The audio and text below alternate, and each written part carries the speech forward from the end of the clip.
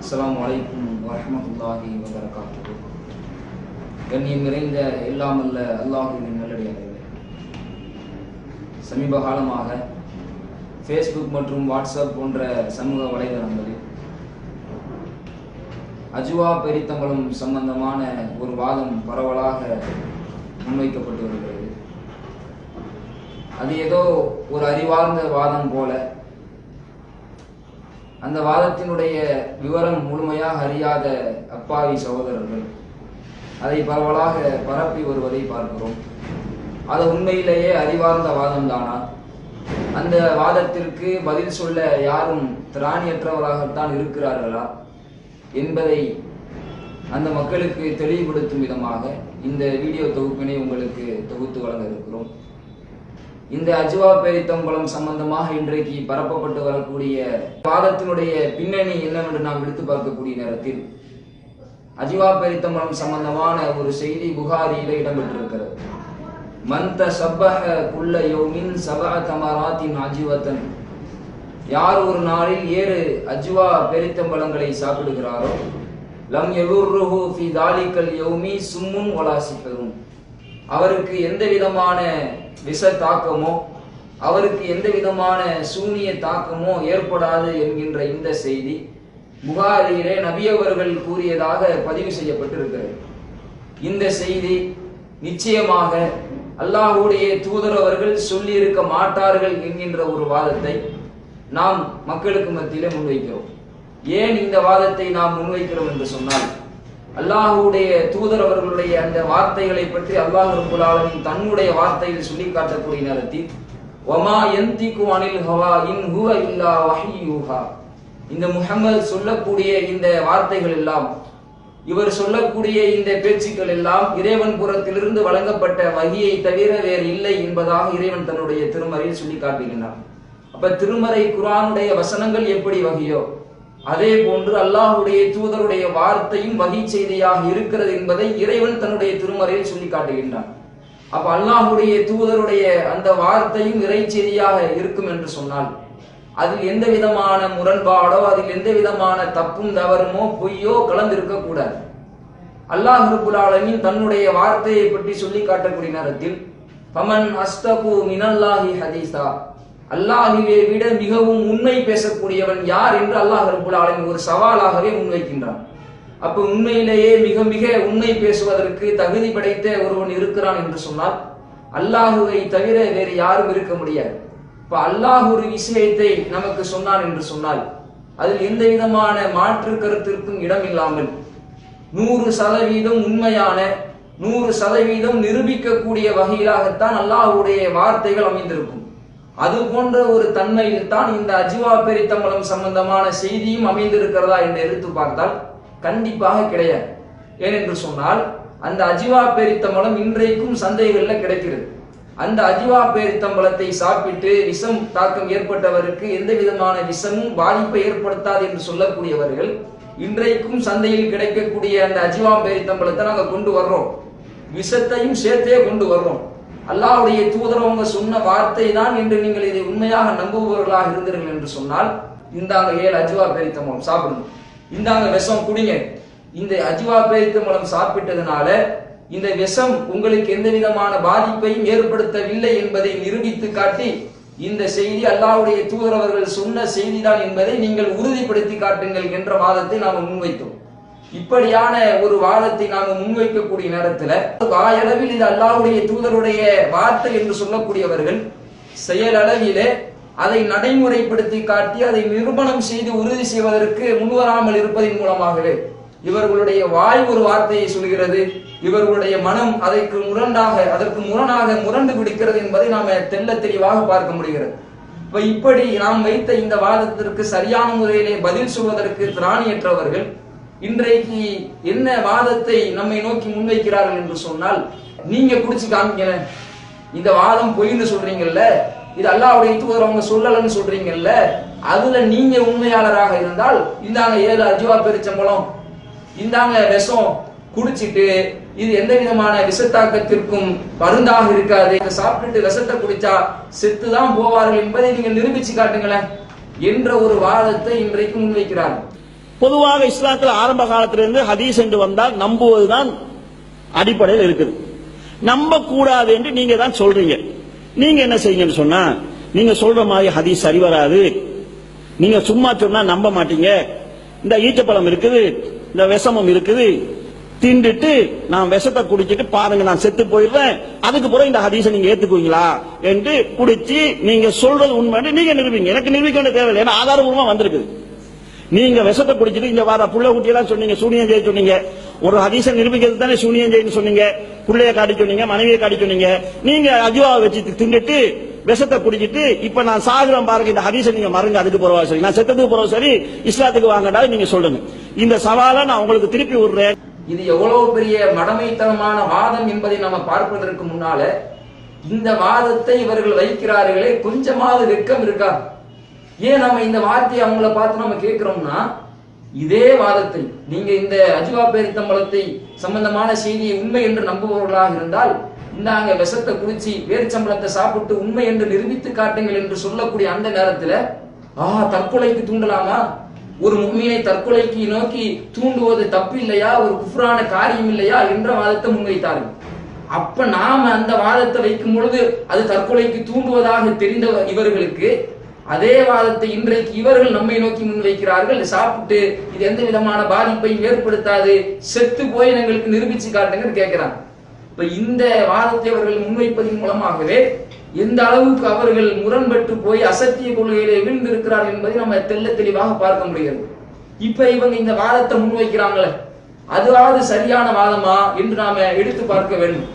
உண்மையிலேயே யதார்த்தமாக உலக பொதுவான விதியின் அடிப்படையில் ஒரு பொருளுக்கு இல்லாத ஆற்றல் இருப்பதாக யார் சொல்கிறார்களோ, யார் வாதிடுகிறார்களோ, அவர்கள் தான் அதை நிரூபிப்பதற்கு மிகவும் கடமைப்பட்டவர்களாக தகுதி படைத்தவர்களாக இருக்கிறார்கள். அதற்கு எந்த விதமான சக்தியும் கிடையாது, அதற்கு எந்த விதமான ஆற்றலும் கிடையாது என்று சொல்லக்கூடியவர்கள் அதை நிரூபிக்கக்கூடிய ஒரு தகுதியில இல்லை. குர்ஆனே இந்த விதியை நமக்கு கற்றுத்தருகிறது. எப்படி இப்ராஹிம் அலைஹிஸ்ஸலாம் அவர்களுடைய வரலாற்று சம்பவத்தை அல்லாஹ் ரப்பல் ஆலமீன் தன்னுடைய திருமறையில் சொல்லி காட்டுகின்றார்.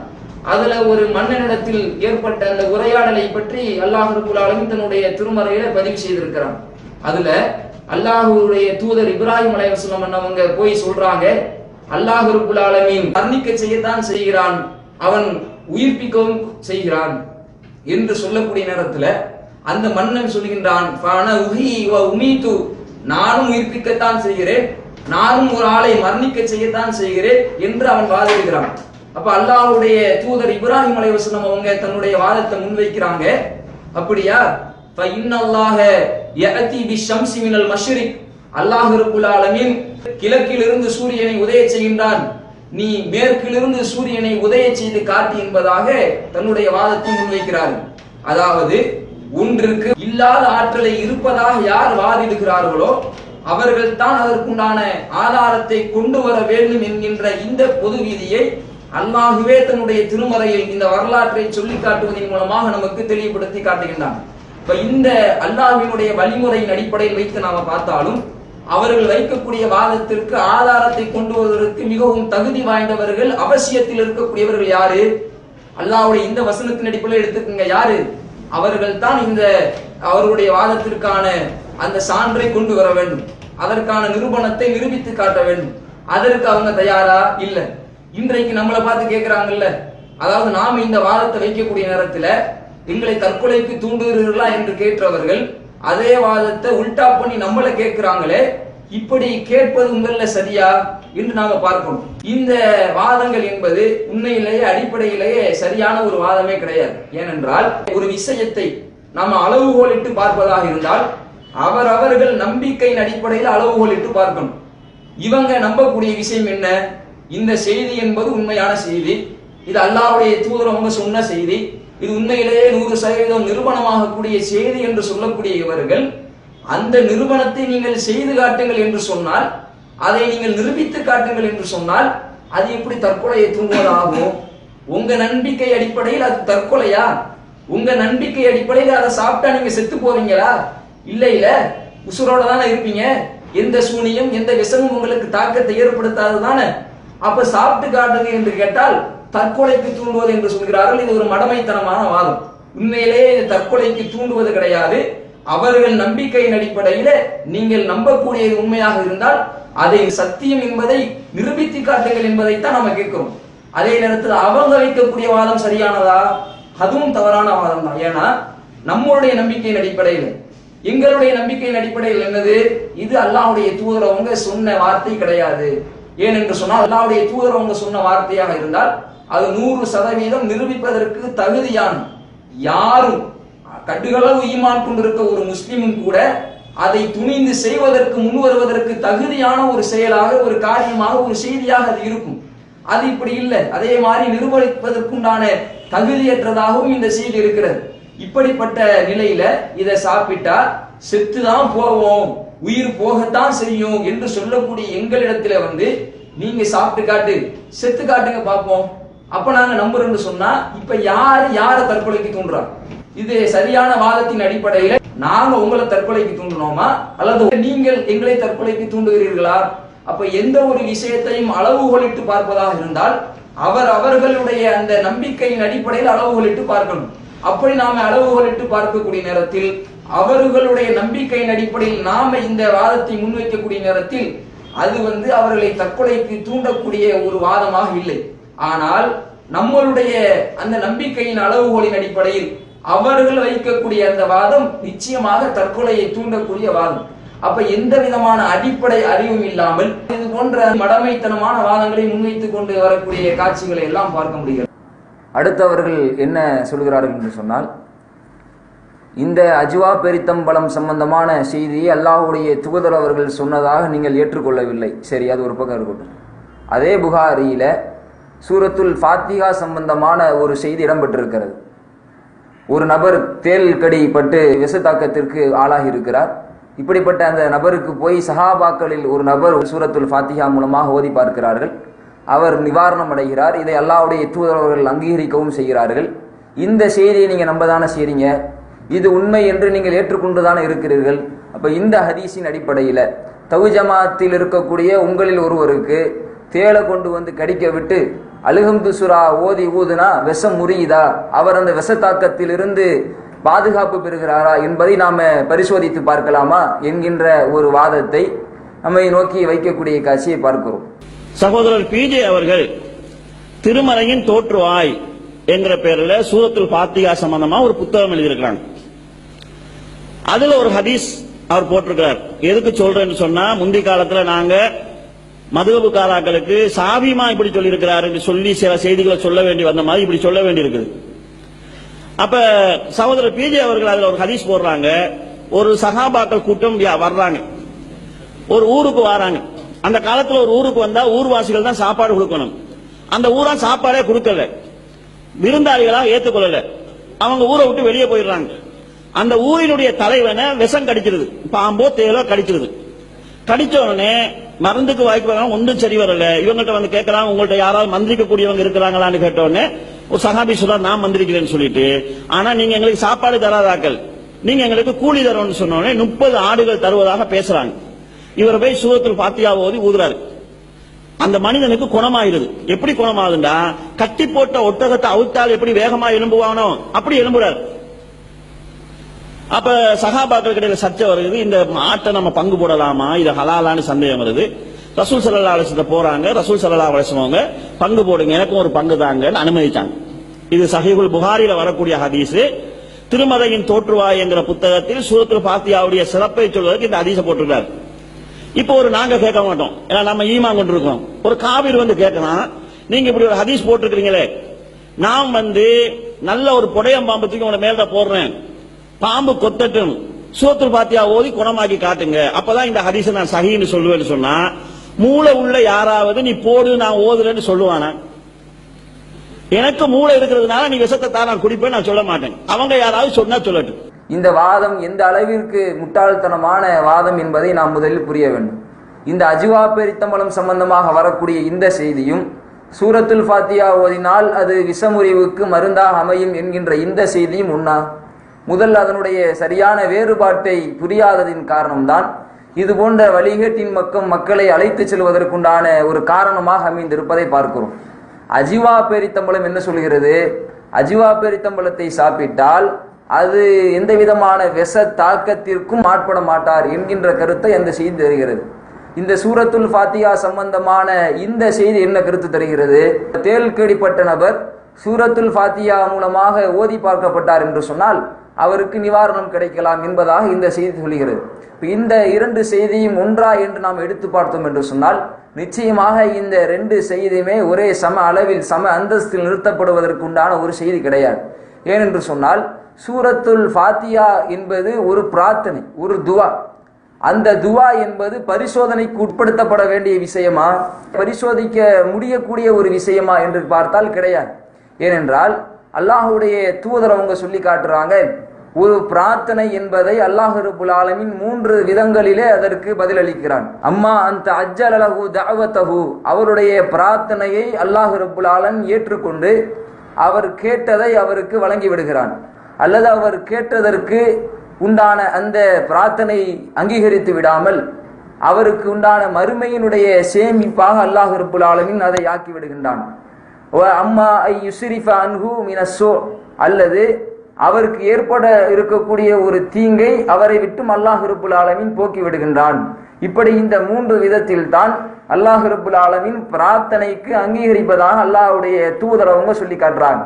இப்ப ஒரு பிரார்த்தனை இப்படிதான் அங்கீகரிக்கப்படும் என்று மார்க்கத்தில் சொல்லி இருக்கக்கூடிய நேரத்துல ஒரு பிரார்த்தனை அங்கீகரிப்பதற்கு இப்படிப்பட்ட ஒரு நிலையை அல்லாஹ்வுடைய தூதர் அவங்க காட்டி தந்திருக்கக்கூடிய நேரத்தில் இதை சரியான முறையில அறியாததின் காரணத்தினால தேல்கடி கொட்ட விட்டு உங்களுக்கு சூரத்துல் ஃபாத்திஹா ஓதி பார்த்து உங்களுக்கு விஷக்கடி போகிறதா என்று கேட்கக்கூடிய இந்த வாதம் தவறான ஒரு வாதமாக இருப்பதை பார்க்கிறோம். இன்னும் புரிவதற்கு சொல்வதாக இருந்தால் ஹதீஸ்கள்ல மற்றொரு செய்தியும் இடம்பெற்றிருக்கிறது. நீங்க அல்லாஹ்விடத்திலே கையேந்தி பிரார்த்தனை செய்தீர்கள் என்று சொன்னால் அல்லாஹ் ரப்புல் ஆலமீன் வெறுங்கையோடு உங்களை அனுப்ப மாட்டான் என்கின்ற இந்த செய்தியும் இடம்பெற்றிருக்கிறது.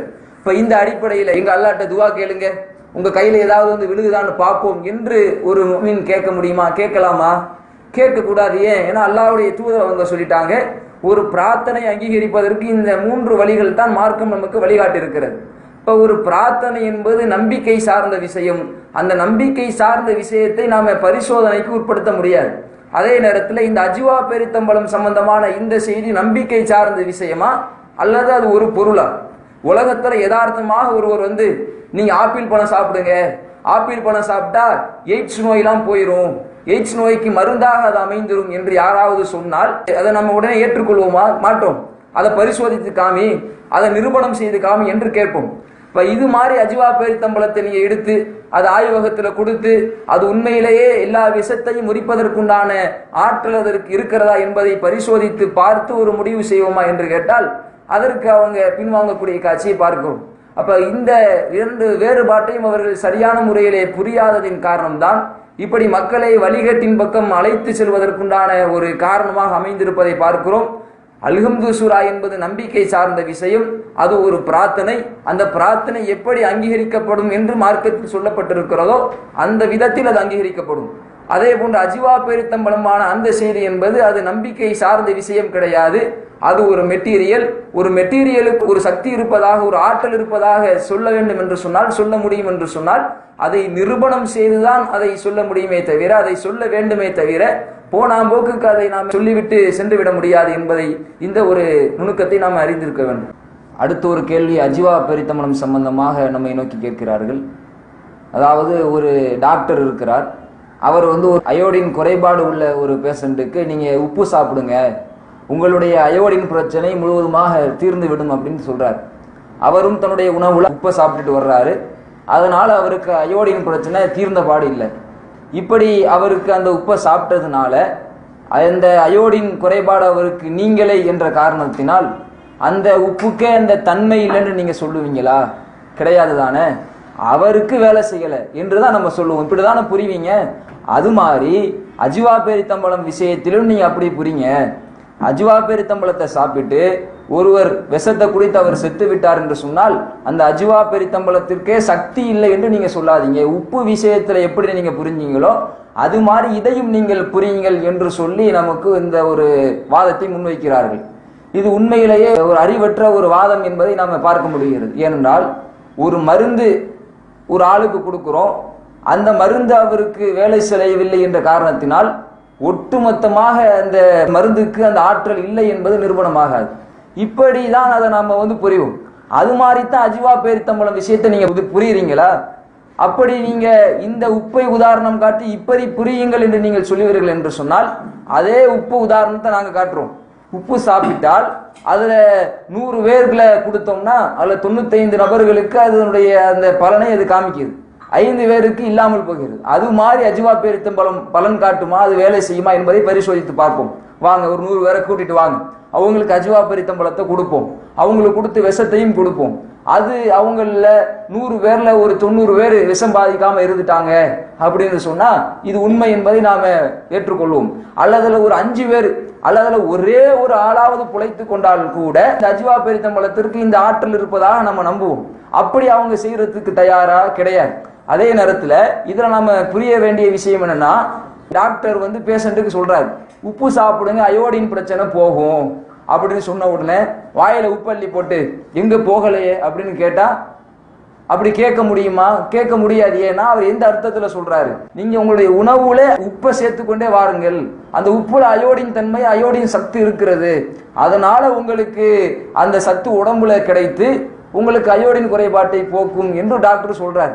அதை வாயில் அள்ளி போட்டு எங்க போட்டுட்டேன் போகலையே அப்படின்னு கேட்டா அது எப்படி மடைமைவாதமோ அது மாதிரி இதை நாம பார்க்க முடியாது. ஏன் பார்க்க முடியாதுன்னா, இந்த ஹதீஸ்ல எப்படி வருது, லம் யதுர்ருஹு ஃபீ தாலிகல் யௌம், எந்த நாள்ல இந்த பேரிச்சம்பழத்தை சாப்பிட்டாரோ அந்த நாள்ல சும்முன் வலா சிஹுருன், எந்த சூனியமும் எந்த விஷ பாதிப்பும் அவரை தாக்காது என்று சொல்லி தொடர்ந்து சாப்பிட்டு வரணும்.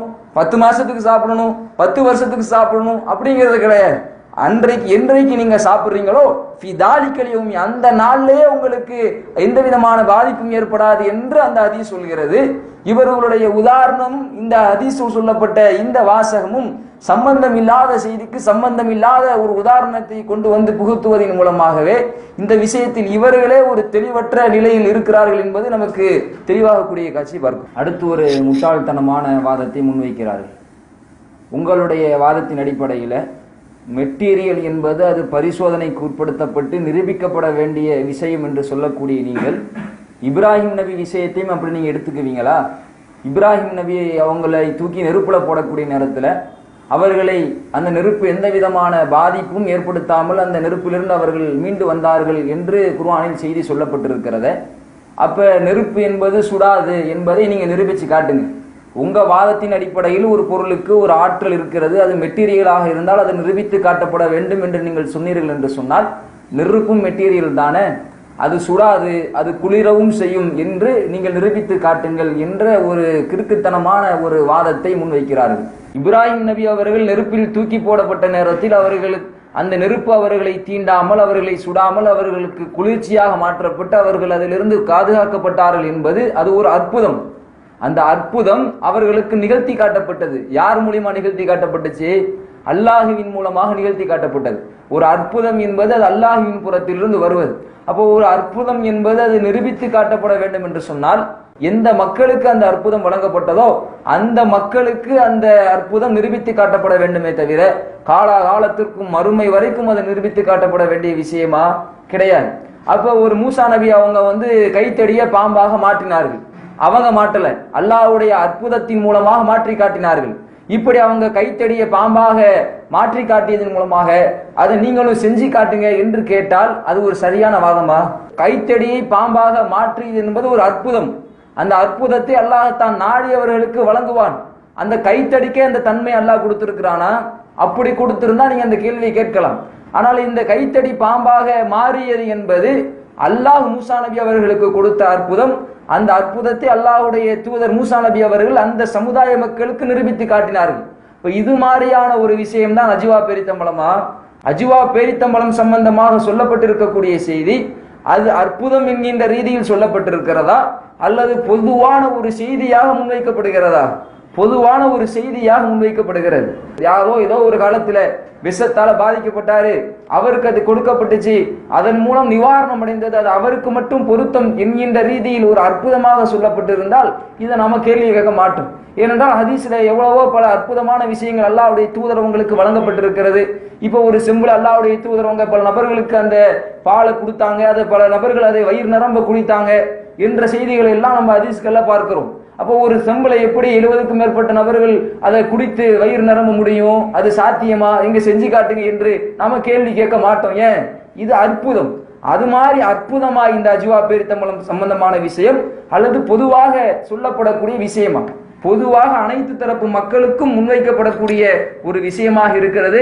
எனவே அற்புதத்தையும் பொதுவாக சொல்லப்படக்கூடிய ஒரு செய்தியையும் எப்படி பிரித்தறிய வேண்டும் என்ற ஒரு அடிப்படையான அறிவு அவர்களுக்கு இல்லாத காரணத்தினால் இப்படி தங்களுடைய மடமையான வாதத்தை முன்வைத்து இப்படி அறியாமை மக்களை வழிகேட்டின் பக்கம் கொண்டு செல்லக்கூடிய ஒரு காட்சியை பார்க்கிறோம். இப்படி இவர்கள் இது மாதிரி பல கேள்விகளை கேட்டு விதாண்டாவாதம் செய்வதன் மூலமாகவே இவர்களே இந்த செய்தியை நம்பவில்லை என்பது நமக்கு தெளிவாக தெரிகிறது. உண்மையிலேயே ஒருவர் அந்த செய்தியை நம்புபவர்களாக இருந்தால் வாப்பா நான் நிரூபிச்சு காட்டுறேன் என்று துணிந்து வரணும். விதாண்டாவாதமான கேள்வி வைப்பதில் இருந்தே இவர்களே இந்த செய்தியை நம்பவில்லை என்பது நமக்கு தெள்ள தெளிவாக தெரிகிறது. இருந்தாலும் இவர்கள் இந்த விஷயத்திலே முரண்டு பிடிப்பதற்கு காரணம் என்னவென்று சொன்னால், பல இமாம்கள்லாம் சொல்லிட்டாங்களே, நமக்கு முன்னாடி பல இமாம்கள்லாம் இதை மறுக்கலையே, பல இமாம்கள்லாம் ஏற்றுக்கொண்டிருக்கிறார்களே என்கின்ற அந்த அடிப்படையில இதை நாம ஏற்றுக்கொள்ளாம போனா அந்த இமாம்களை நாம மதிப்பு செலுத்தாத ஒரு நிலைக்கு நாம் ஆளாகிறோமோ என்கின்ற ரீதியில இப்படி இந்த செய்தி அவர்கள் மனம் புரண்டு ஏற்றுக்கொண்டிருக்கக்கூடிய காட்சியை பார்க்கிறோம். இப்படி இந்த செய்தியை ஏற்றுக்கொண்டால் இந்த செய்தி உறுதிப்படுத்தப்படாமல் போகக்கூடிய நேரத்தில் அல்லாஹ்வுடைய தூதர் அவர்கள் மீது எந்த அளவிற்கு களங்கம் சுமத்தப்படும் என்கின்ற அந்த விஷயத்தை புரியாமல் அல்லாஹ்வுடைய தூதர் மீது வைக்க வேண்டிய அந்த நேசத்தை மிக உயர்ந்ததாகவும் முழுமையாகவும் வைக்காததின் காரணமாகத்தான் இது போன்ற இந்த வாதங்களை அவர்கள் தொடர்ச்சியாக விதாண்டவாதமாக செய்து கொண்டிருப்பதை பார்க்கிறோம். எனவே இதை மக்கள் சரியான முறையிலே புரிந்து சத்தியத்தை விளங்கிக் கொள்ள வேண்டும் என்பதை கேட்டுக்கொள்கிறேன்.